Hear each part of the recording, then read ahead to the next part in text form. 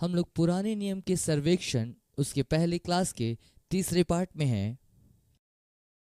आज की सुबह उत्पत्ति की किताब से अपनी यात्रा को हम जारी रखेंगे। हमने अब तक 4 अध्यायों को देख लिया। अब हमारे सामने 5वां अध्याय है और आज हमें बहुत से हिस्सों को पूरा करना है और इसलिए आज हम जरा तेजी से चलेंगे और रुकने वाले स्थानों में बहुत ज़्यादा समय व्यर्थ नहीं गंवाएंगे। परंतु 5वें अध्याय के आरंभ करते हुए हम उस समय काल से होकर चलेंगे जो बाढ़ से संबंधित है। और याद रखिए, क्योंकि इस पुस्तक का आशय पिछला 2315 वर्ष का है, हमने पहले ही इन 4 अध्यायों में बहुत सी बातों को होते हुए देखा और अब हम 5वें अध्याय में पहुंचे हैं और हमें यहाँ पर नूह की वंशावली दी गई है और निश्चित तौर पर यहाँ पर कुछ रोचक बातें हैं, पर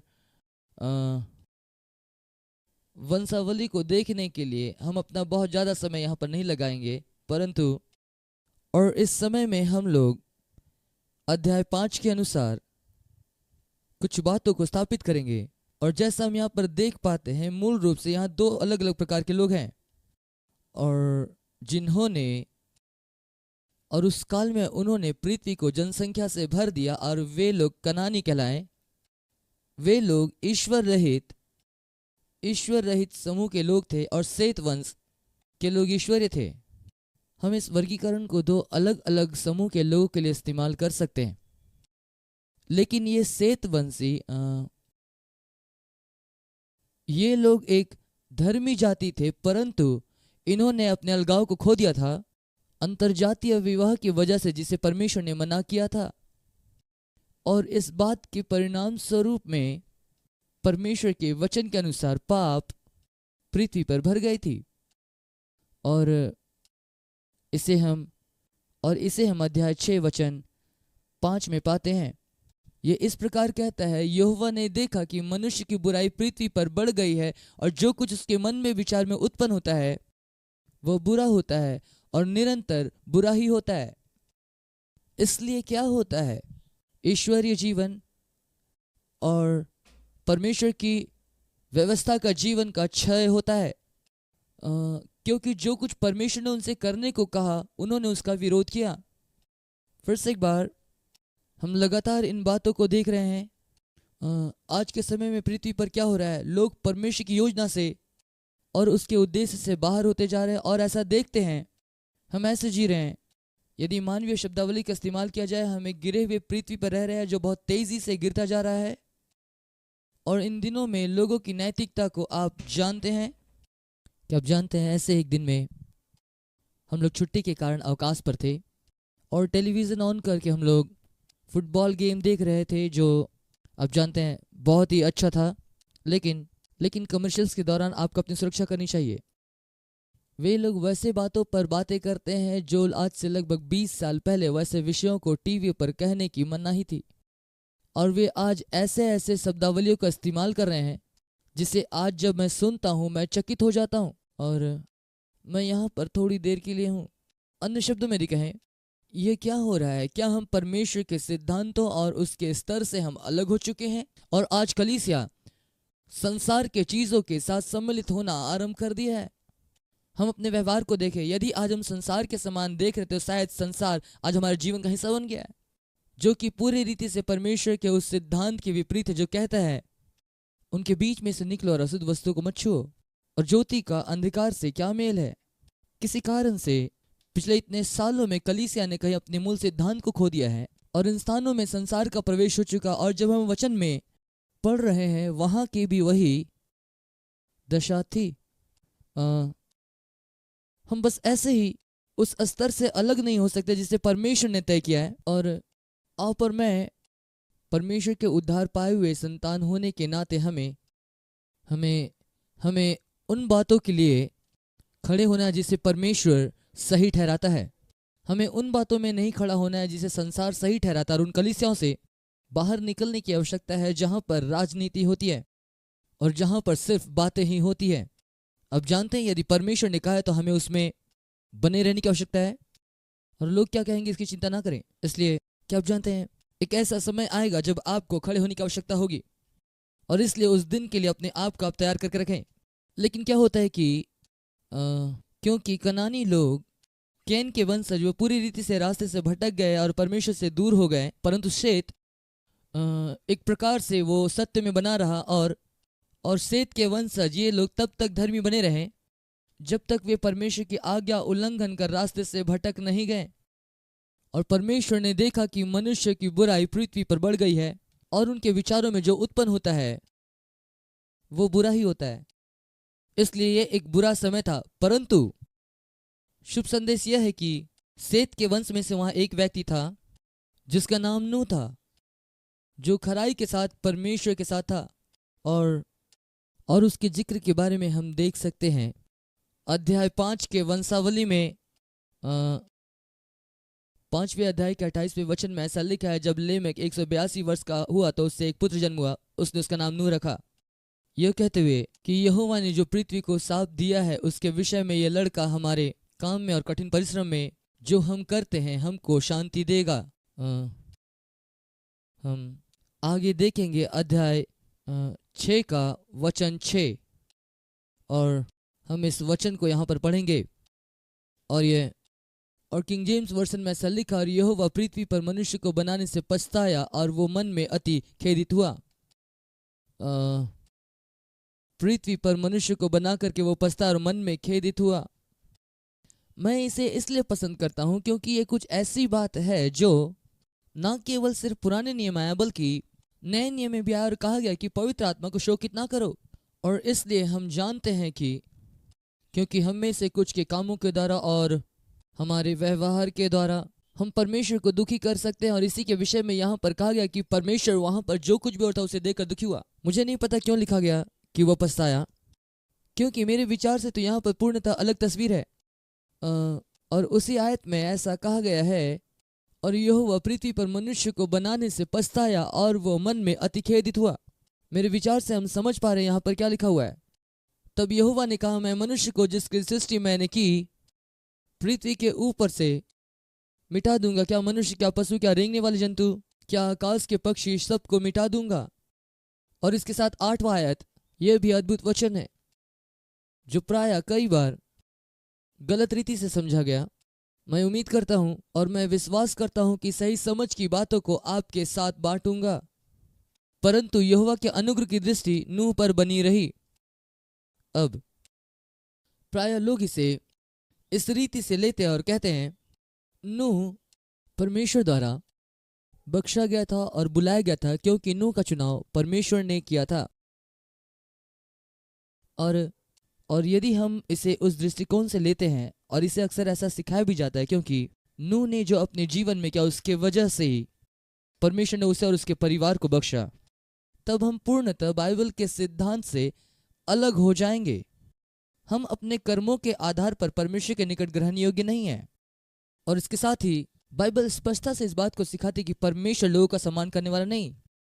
यदि परमेश्वर ने नूह का चुनाव उसके कर्मों के आधार पर किया है तो हम पवित्र शास्त्र जो कुछ सिखाती है उसका उल्लंघन करना शुरू कर चुके हैं। तो इसे समझने के लिए हमें नए नियम की आवश्यकता होगी, और इसे हम पाते हैं तीतुस उसका 2 अध्याय और 11 वचन। और 11 वचन कहता है, क्योंकि परमेश्वर का अनुग्रह प्रकट है और सब मनुष्यों का उद्धार का कारण है। इसलिए जिस बात पर मैं यकीन करता हूं वो यह है, परमेश्वर का अनुग्रह जो सब मनुष्य के लिए था, नूह को वो प्राप्त हुआ। और इसे हम इस रीति से भी कह सकते हैं, नूह ने परमेश्वर के अनुग्रह को ग्रहण किया।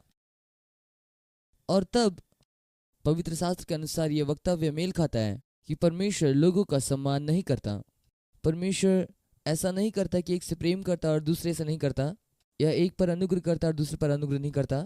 इस संदर्भ में तीतुस कहता है परमेश्वर का अनुग्रह प्रकट है जो सब मनुष्य का उद्धार का कारण होगा।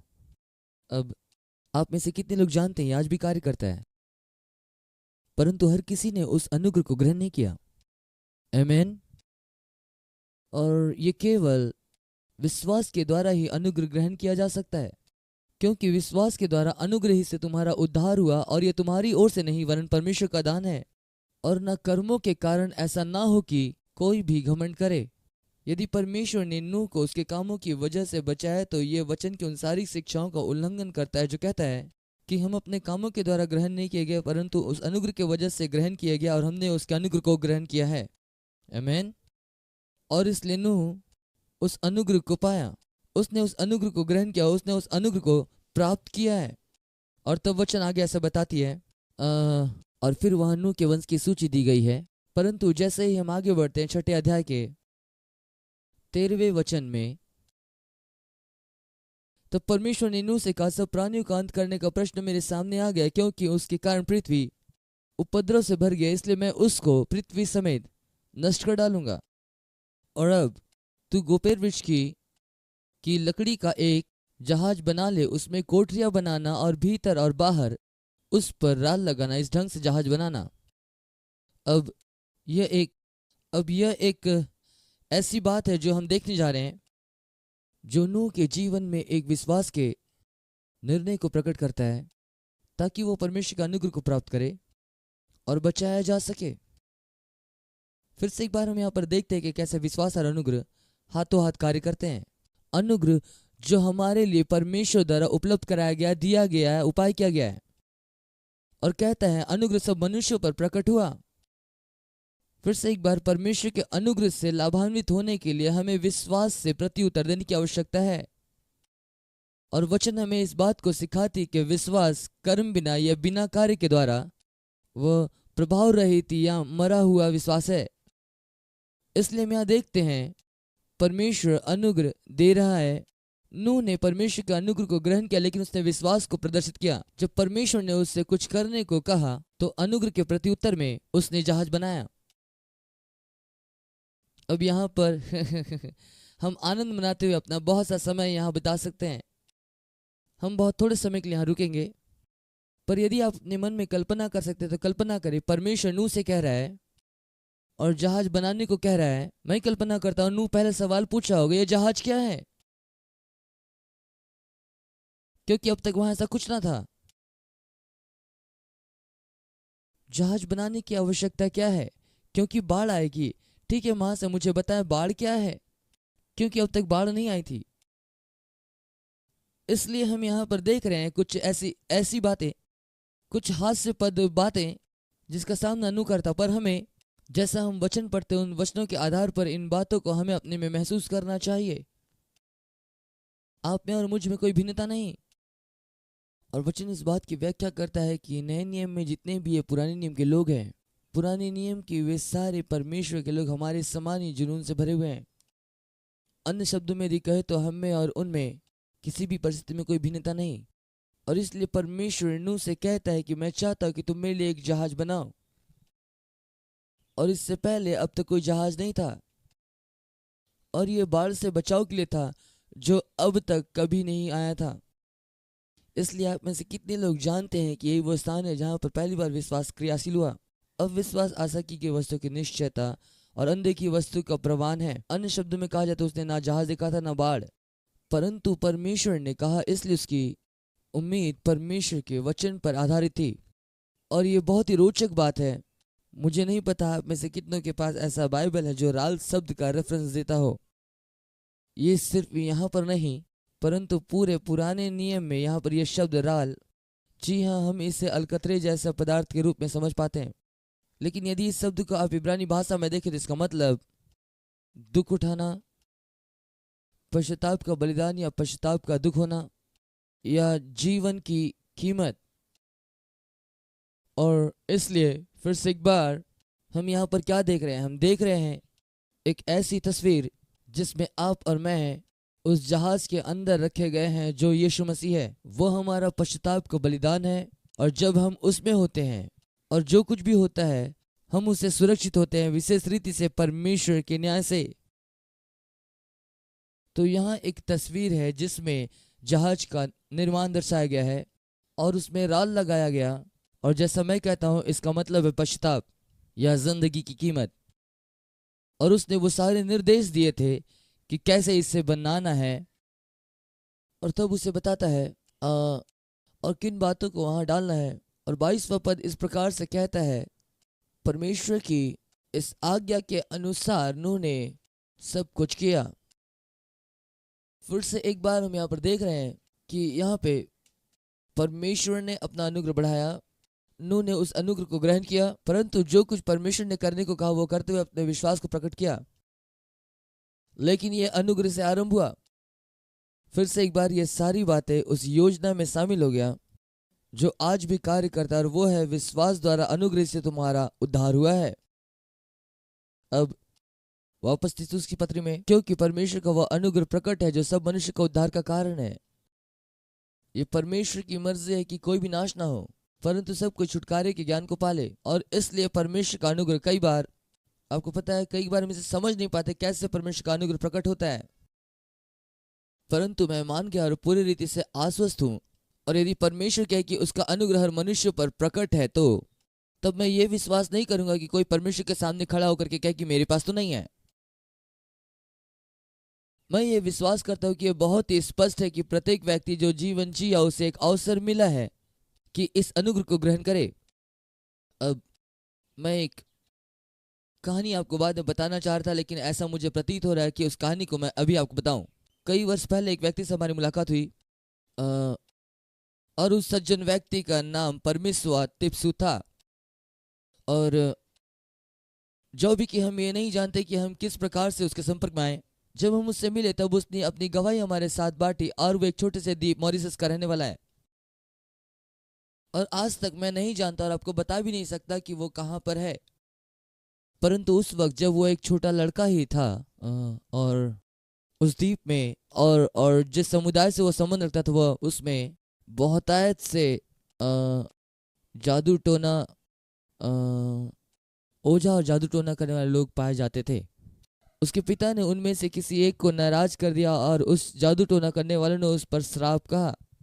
यदि मैं कहानी को सही रीति से याद कर पा रहा हूं तो उसकी छोटी बहन मर गई, और परमेश्वर अपने मृत्युशैया पर था, और उन्होंने सब कुछ प्रयास किया, जो कुछ वो जानते थे उन सारी चीज़ों को प्रयास किया, और सारे मंत्रोच्चारण किए, आहुति दी। वे लोग जितना धर्म के काम हो सके, रीति विधि हो सके किए, लेकिन फिर भी कमज़ोर होता गया।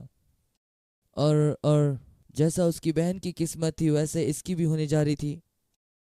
लेकिन मॉरिशस नामक इस द्वीप में उसका जीजा एक पुलिसकर्मी था, और फ्रांस का एक सुसमाचार प्रचारक इस द्वीप में आया हुआ था ताकि वहां पर वो क्रूसेड करे, लेकिन उसे मना कर दिया गया था। वे लोग उसे लेकर द्वीप से बाहर निकाल रहे थे, और एयरपोर्ट ले जाने के क्रम में उसका जीजा जो प्रचारक को स्कॉट करके ले जा रहा था ताकि उसे देश से बाहर निकाल दे, तब उस प्रचारक ने उसे सुसमाचार सुनाया। एयरपोर्ट तक पूरे रास्ते भर वो उस पुलिसमैन को यीशु के बारे में बताता गया कि यीशु मसीह उसके जीवन में क्या कर सकता है।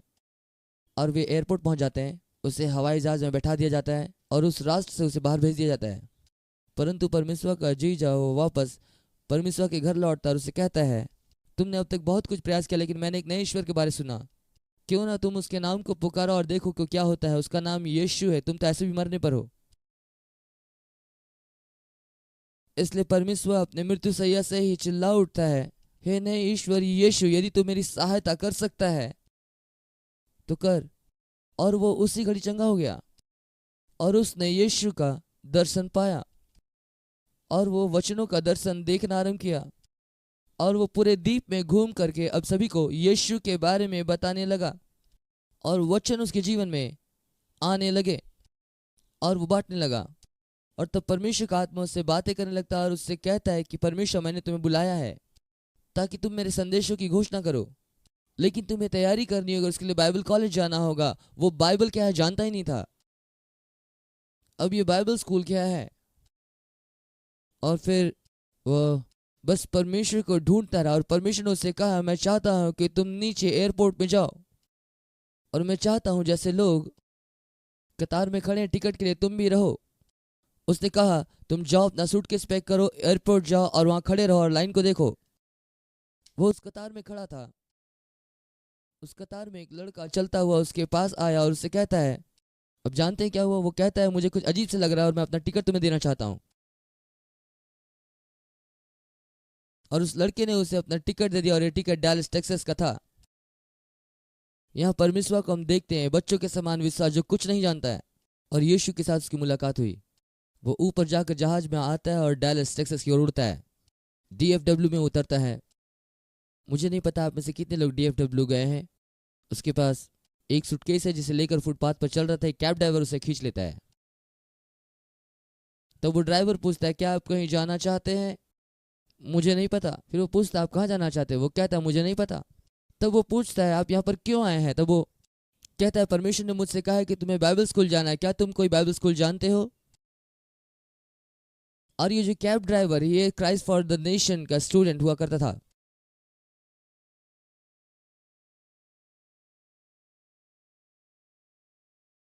तो वो कहता है अंदर आ जाओ, मैं तुम्हें बाइबल स्कूल लेकर चलूंगा। और बाइबल स्कूल के बाहर जाकर उसे छोड़ देता है और कहता है खुश हो कि तुम यहाँ पर हो। अब ये क्लास अटेंड करना आरंभ करता है। शायद दूसरे या तीसरे दिन में उनका वहाँ ओरिएंटेशन होता है। उसे कहा जाता है कि यदि अब तक उसने अपने ट्यूशन फी नहीं भरे हैं तो इस सप्ताह के अंदर उसे जमा करा दिया जाए। और उसे कहा गया पहला जो सप्ताह होता है यह अनुग्रह का काल होता है, इसके बाद आपको फीस देनी होगी। इसलिए और वो तब विद्यार्थियों से पूछने लगते हैं ट्यूशन फी क्या है। तब विद्यार्थी बताते हैं हमको पढ़ाई करने के लिए कीमत चुकानी होगी। तो मुझे मुझे क्या करना होगा, कहाँ जाना होगा? तब उन लोगों ने कहा कि आप रजिस्ट्रेशन ऑफिस में चले जाएं। और वो उस काउंटर में पहुंचता है और वहाँ एक महिला होती है और कहता है मैं समझता हूँ कि मुझे अपने ट्यूशन फी के बारे में कुछ करना है। वो महिला जवाब देती है सही है, तुम्हारा नाम क्या? उससे कहता है परमेश्वर। और वो कहती है तुम्हारे फीस का भुगतान हो चुका है।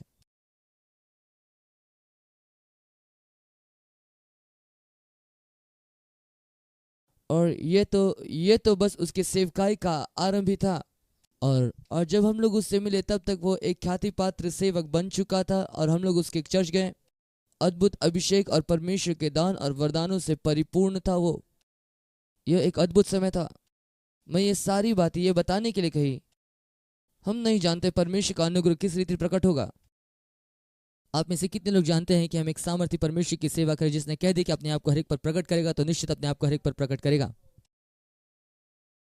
और इस कहानी को मैं ये कहते हुए यहाँ पर अंत करूंगा कि हर एक मनुष्य के उद्धार के हेतु अनुग्रह प्रकट है। कोई भी व्यक्ति इस संसार से गुजर के परमेश्वर को न ग्रहण करने का बहाना बनाए, कोई बात नहीं, हम अगले अध्याय की ओर आगे बढ़ेंगे।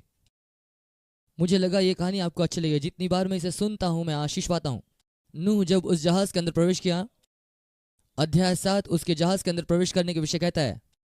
अध्याय 8 यह एक अद्भुत अध्याय है और मैं इसे सिखाना पसंद करता हूँ। और मैं साधारणतया वचन 8 से 11 सिखाता हूँ और 12 वचन पवित्र आत्मा के 3 कालों के विषय बात करता है। यदि अब तक आपने इस कोर्स को नहीं लिया शायद आप नहीं सुनेंगे, लेकिन मूल रूप से कबूतर बाहर जाता है और स्थान ना पाकर वापस लौटता है। दूसरी बार जब बाहर जाता है जैतून की डाली लेकर लौटता है। तीसरी बार कबूतर बाहर जाता है और लौट कर नहीं आता। अब पहली बार वो बाहर जाकर के स्थान ना पाकर वापस लौटता है। यह पवित्र आत्मा का पहला काल है। पुराने नियम के अंतर्गत पवित्र आत्मा एक स्त्री या पुरुष में तभी आता जब परमेश्वर उन्हें कोई विशेष कार्य सौंपता। जब वो कार्य पूरा हो जाता तो पवित्र आत्मा वापस लौट जाता। हर कोई कलवरी क्रूस से पहले लोग अनियंत्रित थे, वो नया जन्म नहीं पाए थे, उनकी आत्मा को फिर से नहीं बनाया गया था, इसलिए पवित्र आत्मा के निवास के लिए कोई जगह नहीं थी। पवित्र आत्मा का दूसरा काल जब वह जैतून के पत्ते को लेकर लौटता, यह सुसमाचारी काल है जब यीशु मसीह पृथ्वी पर थे और मनुष्य और परमेश्वर के बीच शांति स्थापित कर रहे थे।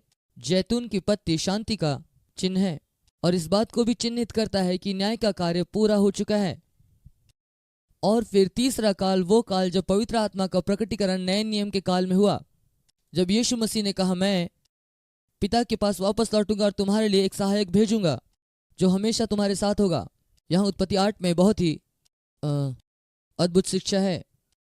अध्याय 9 में हम देखते हैं परमेश्वर नूह के साथ वाचा बांधता है। और हम लोग आगे बढ़ेंगे। मैं कहना चाहता हूँ तेजी से आगे जाएंगे। बहुत सारी बातें आपके साथ बांटना चाहता हूँ पर समय नहीं है।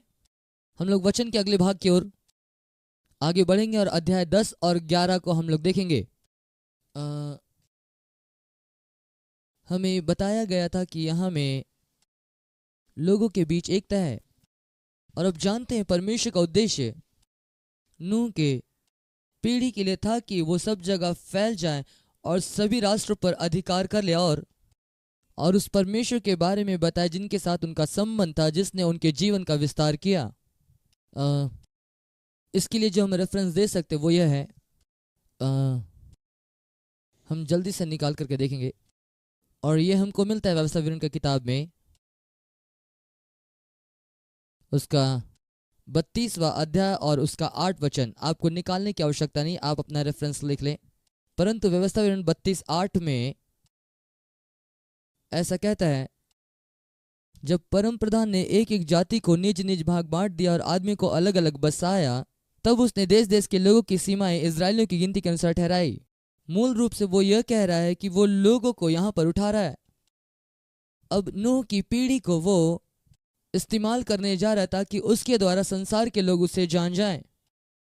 अब यहां पर हम उस बढ़ोतरी को देखेंगे कि कैसे वो एक परिवार से, व्यक्ति विशेष से उस काल में कैसे वो पूरे इजरायली राष्ट्र में जा रहा है।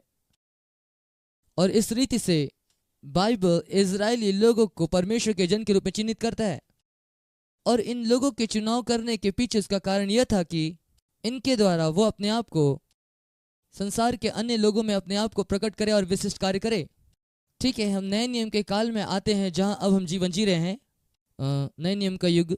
और जैसा कि एक कलीसिया के युग है, और अब कलीसिया हर एक जो नया जन्म प्राप्त है वो उसका चुना हुआ राष्ट्र बन जाता है।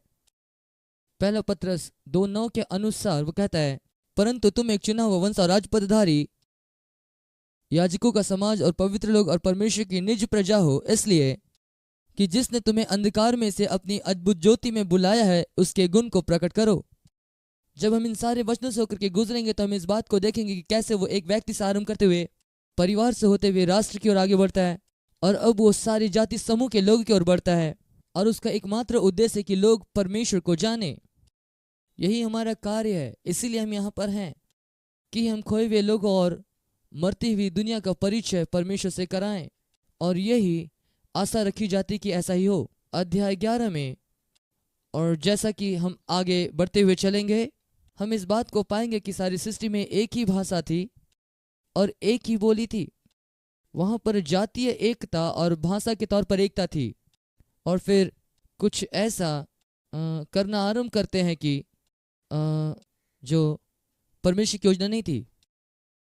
ऐसा लिखा है, तब वे आपस में कहने लगे, अध्याय 11 उसका 3 वचन, आओ हम ईंटें बना लें और भली भांति आग में पकाएं। 4 वचन, फिर उन्होंने कहा, आओ हम एक नगर बना लें और एक गुम्मट बना लें जिसकी चोटी आकाश से बातें करे, और इस प्रकार से हम अपना नाम करें, ऐसा ना हो कि हमको सारी पृथ्वी पर फैलना पड़े। परमेश्वर क्या करने को कहा था? सारे संसार में जाने के लिए, और वे कह रहे हैं हम जाना नहीं चाहते। कलीसिया आपके लिए उत्तर छुपा यहां। अनुमान लगा उसने कलीसिया से क्या कहा, सारे संसार में जाओ। नए नियम की पूरी कलीसिया के लिए यही एकमात्र मंत्र दिया गया है कि वो जाए। लेकिन आज के आधुनिक कलीसिया का एक ही मंत्र है कि आओ। सही है? मेरा मतलब है कलीसिया को देखे जिसमें आज हमें उसका यही एक उद्देश्य है कि मेरे पास आओ, हमारा एक भाग बन जाइए। आइए हम सब एक साथ हो ले, एकता में हो जाएं। और इससे मैं ऐसा कहूंगा कि आइए हम सभी लोग आशीष की कलीसिया में आ जाएं। आप आइए और बैठिए और परमेश्वर के वचन से भरकर मोटे और तगड़े हो जाइए और दुनिया के बारे चिंता ना करें। प्रभु कहता है जाओ। अब हमें इस सिद्धांत का अपने जीवन में अनुसरण करना है। अब यहाँ पर 2 ही बातें हो सकती है, या तो आप परमेश्वर का आज्ञा पालन करें, या फिर आप किसी ऐसी घटना के लिए अपने आप को खोल रहे हैं जो आपके ना चाहने पर भी आपके जीवन का बिखराव का कारण होगा। और लगातार हम इसे नए नियम में देख रहे हैं। परमेश्वर ने कलीसिया को पूरी दुनिया में जाने को कहा, लेकिन वे यरूशलेम में रहकर खुश हो रहे हैं। चीजें विकसित हो रही हैं, कलीसिया बढ़ रही है। एक बार में 3000 लोग आ गए। कितना अद्भुत स्थान रहने के लिए, और परमेश्वर की आशीष से उंडेली जा रही थी। परंतु इसके बाद सताव आया, और इसके बाद लिखा है जो तितर बितर हुए थे वे जहां कहीं भी गए वे सुसमाचार सुनाने लगे। ये और भी आसान होता है यदि वे परमेश्वर की बात मानते तो। आमीन। और यहां पर लोगों ने कहा, आओ मिलकर एक गुम्मट बनाए जिससे हमारा संसार में नाम हो। अन्यथा हम लोग बिखर जाएंगे। लेकिन परमेश्वर को तो यही मर्जी थी कि वे फैल जाएं। जब लोग नगर और गुम्मट बनाने लगे तो उन्हें देखने के लिए यहोवा आया, और यहोवा ने कहा, मैं क्या देखता हूं कि सब एक ही दल के हैं और भाषा भी उन सब की एक ही है, और उन्होंने ऐसा ही काम भी आरंभ किया, और अब जो कुछ करने को यत्न करेंगे उनमें से कुछ भी अनहोना ना होगा। यह एक बहुत ही सामर्थ्य शिक्षा है एकता के विषय में। यह नकारात्मक और सकारात्मक दोनों ही पक्ष में कार्य कर सकता है।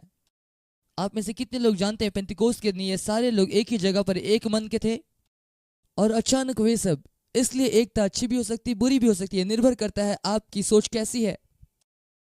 इसलिए परमेश्वर उतर आया, और उनका जो उद्देश्य था वे परमेश्वर का विरोध कर रहे थे और इसी मनसा से गुम्मत बना रहे थे, और उनके ऊपर परमेश्वर का न्याय भाषा की गड़बड़ी के रूप में आया। और इस न्याय का नतीजा यह हुआ कि लोग अलग अलग हो गए। जहां वे नहीं चाहते थे कि तितर बितर हो और संसार में फैल जाए, अच्छा है यदि हम पहले निकल जाए तो परमेश्वर की अनुग्रह और दया बनी रहेगी। मैं और भी कुछ कहना चाहता हूं बाबुल के गुम्मत के विषय में, लेकिन उसे मैं बाद में पकड़ूंगा अन्य पुराने नियम की किताबों में। ठीक है, तीसरा भाग जो अध्याय 12 से लेकर के 25 तक है, और इसमें एक व्यक्ति के विषय में परिचय दिया गया जिसका नाम है अब्राम, जो बाद में आगे चल करके अब्राहम कहलाया। और यहाँ पर उसने विश्वास के जीवन को प्रदर्शित किया। और यहाँ और पहले वचन में कहता है, यहोवा ने अब्राहम से कहा, अपने देश और अपने कुटुंबी और अपने पिता के घर को छोड़ करके उस देश को चला जा जो मैं तुझे दिखाऊंगा। आमीन। ये कुछ ऐसी बातें हैं प्राय हम सभी जितने लोग इस कमरे के अंदर है पहचान सकते हैं, क्योंकि इसी की वजह से हम सभी यहाँ पर हैं। जहां कहीं भी आप थे परमेश्वर आपसे कहा निकल आओ। और अब आप यहाँ पर हैं, और अब भी आप उन सारे कारणों को नहीं जानते कि आप यहाँ पर क्यों हैं। लेकिन आप चिंता ना करें, बस वो काम करते रहिए जो परमेश्वर ने करने को कहा है, हर दिन करते ही जाएं। यही आप सबको करना है। मैं आपको बता रहा हूं, परमेश्वर के साथ चलने में आप सफल हो, मूल रूप से आप इसे प्रकट भी करें। एक और अन्य सिद्धांत है कि आप आरंभ करें और हार ना माने। इस रीति आप परमेश्वर के पीछे चलने में सफल होंगे। क्या आप जानते हैं अपने पहले दिन में आप हार ना माने और अपने बुरे दिन में भी हार ना माने, आप बस हार ना माने। और आप सभी लोग निकल चुके हैं, अपने देश को छोड़ करके निकल चुके हैं, यहाँ आ गए हैं। अब आगे नहीं जानते क्या कुछ होगा, लेकिन इसके विषय में चिंता ना करें। प्रतिदिन अपने आप को साबित करें, बाकी बातों की चिंता परमेश्वर आप करेगा, जैसे अब्राहम की। इसलिए यहाँ पर उसकी बुलाहट को देखते हैं, मैं तुझे एक बड़ी जाति बनाऊंगा और तुझे आशीष दूंगा। और आगे जो कुछ परमेश्वर ने उसे कहा उसने किया। इसके बाद 10वें आयत से लेकर 20 तक उसके मिस्र जाने का वृतांत यहाँ दिया गया है। अध्याय 13 वचन 5 से 11 तक, और अध्याय 14 का 14 में लूत से अलगाव के विषय में है। और अध्याय 14 में एक सामर्थ्य संदेश है जो मैं आपको सिखाना चाहता हूं, परंतु समय हमें अनुमति नहीं देता, इसलिए हम जरा तेजी से चलेंगे। फिर अध्याय 15 में परमेश्वर का वाचा और विश्वास द्वारा धर्मी ठहराए जाने के ऊपर एक अद्भुत शिक्षा है। और ये विषय नए नियम में पूर्णतः निश्चित होता है कि जो कुछ भी उसने इस अध्याय 15 में किया, कि अब्राम जो बाद में अब्राहम बना, विश्वास के द्वारा धर्मी ठहरा, ना कि कामों के आधार पर, लेकिन उसका कार्य विश्वास का अनुसरण किया। फिर से एक बार नए नियम और पुराने नियम के सिद्धांत। 17 अध्याय उसका 9 से लेकर के 14 वचन तक यहाँ पर खतने के विषय सिखाया जाता है। खतना या लहू का बहाया जाना वाचा का चिन्ह है। 17 अध्याय का 21 वचन, यहाँ परमेश्वर घोषणा करता है कि उसका एक पुत्र उत्पन्न होगा। और यह एक कुछ ऐसी बात थी कि अब जानते कि उसकी और सारे की उम्र जा चुकी थी, परंतु परमेश्वर ने कहा तुम्हारा एक पुत्र होगा और उसका नाम इसहाक रखना। अब्राहम, मेरा मतलब सारा इसे सुनी वो आश्चर्यचकित होती है और हंस देती है। और इसहाक नाम का अर्थ है हंसी, लेकिन वो प्रतिज्ञा किया हुआ पुत्र था। उन दोनों ने अधीर होकर अपनी एक अलग योजना बनाई और परमेश्वर का इंतजार नहीं किया। 18वें अध्याय में हम देखते वो सदोम के लिए मध्यस्थी करता है और वो परमेश्वर से निवेदन करता है, पर वो स्थान इतना बुरा था कि परमेश्वर ने उसे दंडित किया। अध्याय 21 में वह हाजिरा और इस्माइल को अलग करता है और हम देखते हैं अब्राहम की एक गलती और परमेश्वर के प्रति अनाज्ञाकारिता से यह समस्या उत्पन्न होती है। प्रतिदिन अखबार में हम लोग ऐसी समस्या को देखते हैं। अब्राहम प्रतिज्ञा पुत्र और अपने पुत्र के बीच में इंतजार नहीं कर पाया। 21वें अध्याय में एक महान कहानी है जब वह अपने पुत्र इसहाक को वेदी पर परमेश्वर के लिए चढ़ाता है। ये एक महान कहानी है। फिर से एक बार यहाँ पे वो तस्वीर दिखाई देती है कि वो स्वयं बलिदान का उपाय करता है। हालेलुया। लेकिन वो इससे गुजर कर अपने विश्वास को दिखाता है, क्योंकि ऐसा लिखा हुआ है, वो अपने बेटे से कहता है कि हम वहाँ ऊपर जाएंगे और वापस लौट करके आएंगे। और जब वो ऊपर चढ़ा वो तैयार था अपने बेटे को मारने के लिए। लेकिन 22वें अध्याय के 8 वचन में कहता है, हे मेरे पुत्र, परमेश्वर होम बलि की भेड़ उपाय आप ही करेगा। और वे दोनों एक साथ गए। और हम इस बात को जानते हैं कि परमेश्वर आप ही हमारे लिए मेमने का उपाय करता है, जो प्रभु यीशु मसीह है। अध्याय 24 में वह इसहाक के लिए दुल्हन का चुनाव करता, और यह इस बात को चित्रित करता है कि परमेश्वर अपने पुत्र यीशु के लिए दुल्हन का चुनाव करता है। और आप अनुमान लगाए कौन है? कलीसिया। हाँ, मैं जानता हूँ कुछ लोग बहस करते हैं क्या कलीसिया मसीह की दुल्हन है। इस बिंदु में मैं यही विश्वास करता हूँ और इसी बात को बांटने जा रहा हूँ। मैं तैयार हूँ अन्य प्रकाशन के लिए, लेकिन इस समय मैं यही विश्वास करता हूँ कि कलीसिया मसीह की दुल्हन है। और 25वें अध्याय में वह अपने दूसरी पत्नी से उत्पन्न बच्चे के विषय बातें करता है। वचन 8 उसकी मृत्यु के बारे में है। और मैं समझता हूँ कि हम सभी को आउटलाइन मिल गया है, इसलिए मैं जल्दी से पीछे जाना चाहता हूँ। और इस समय हम लोग देखेंगे अध्याय 14, और हम लोग यहाँ से कुछ सच्चाइयों को देखेंगे और आप और मैं उन सिद्धांतों को लेकर आज अपने जीवन में लागू करेंगे। उत्पत्ति 14 अध्याय 14 वचन यह है कि यदि हम पीछे की ओर देखें तो हम पाएंगे कि शत्रु आया और हमारे परिवारों को ले लिया, सारे सामानों को ले लिया। और आप अनुमान लगाए चोर कौन है। और हम जानते हैं यह शैतान को चित्रित किया गया है। वो चोर है और इसलिए आता है कि चोरी करे, हत्या करे और घात करे। और 14 आयत जहां इस घड़ी हम देख रहे हैं, और जब अब्राहम ने सुना। क्या आप महसूस करते हैं कि विश्वास सुनने से और सुनना मसीह के वचन से होता है? इस कमरे के अंदर हम लोग जितने लोग, हम सब बदलना आरंभ करेंगे जब हम सुनना आरंभ करेंगे। यही वो कारण है जिसके वजह से वचन में बार बार इस भाव को दोहराया गया है, यहोवा का वचन सुनो। जिसके सुनने के कान हो वो सुन ले कि आत्मा कलीसिया से क्या कहती है। और वो पहली बात जो हमने इस पाठ में सीखा वो यह है कि हमें सुनना है, परमेश्वर के वचन को सुने। जिसके सुनने के कान हो वो सुन ले।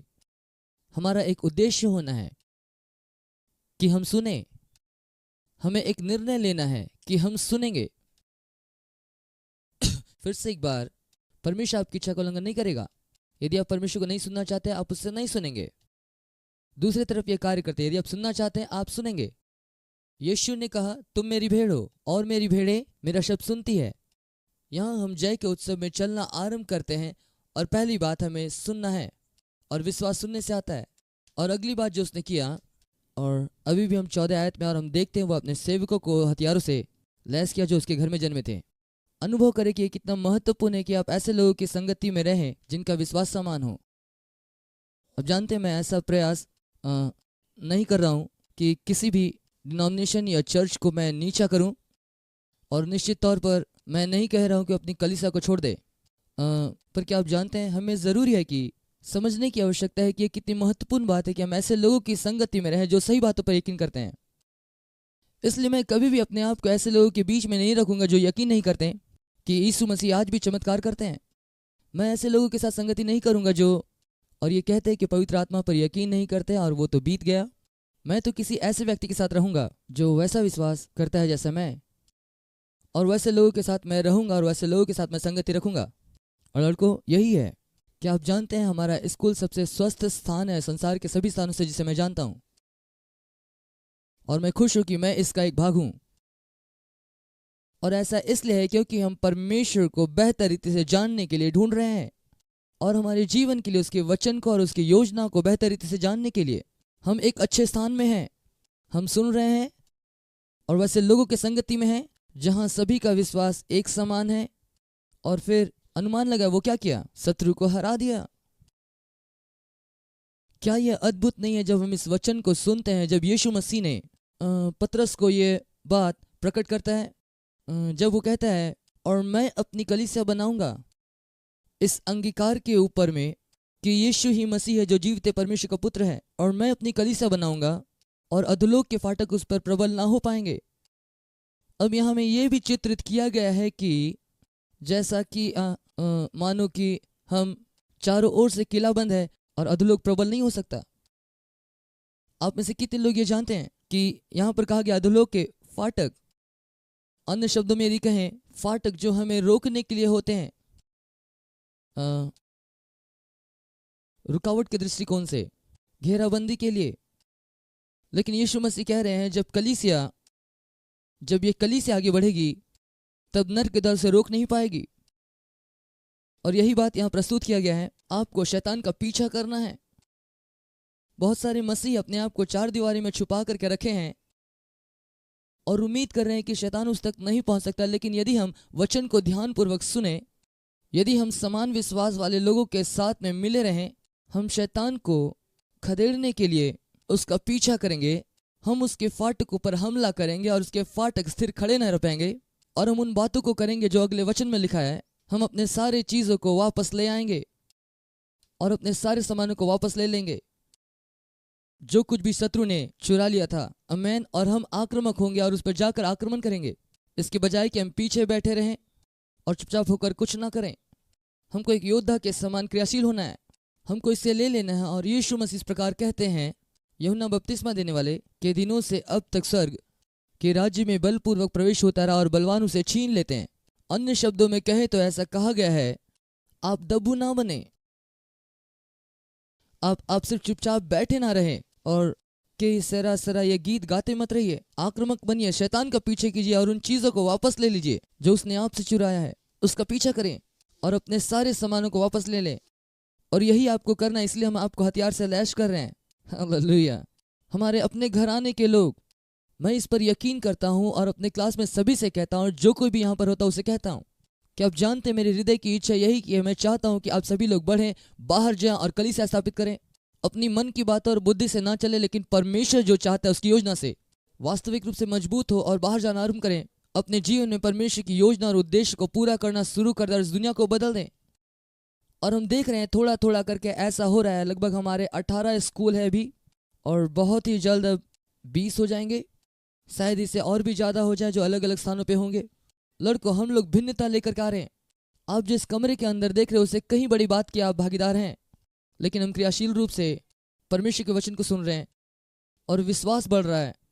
अपने आप को हथियारों से लैश कर रहे हैं और एक विश्वास वाले लोगों के साथ मिल रहे हैं। हम शैतान का पीछा कर रहे हैं और अपने सारे सामानों को वापस ले आएंगे। आमीन।